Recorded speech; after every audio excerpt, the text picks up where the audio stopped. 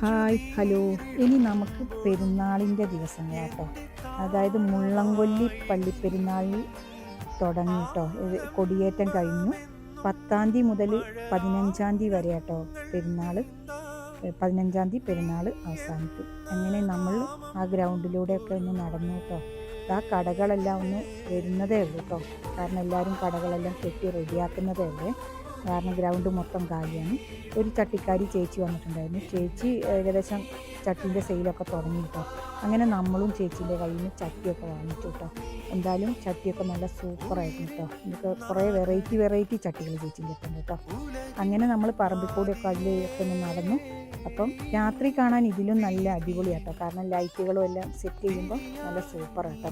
എല്ലാ ലൈറ്റുകളും സെറ്റ് ചെയ്തിട്ടില്ല, എല്ലാം ചെയ്തു വരുന്നതേ ഉള്ളൂ. കാരണം ഇനി 15-ാം തീയതിക്ക് വീണ്ടും ദിവസങ്ങളുണ്ടല്ലോ. എന്നാൽ ഇന്നത്തെ വീഡിയോ ഇത്രയേ ഉള്ളൂ കേട്ടോ. എല്ലാവർക്കും ഓക്കെ, ബായ്.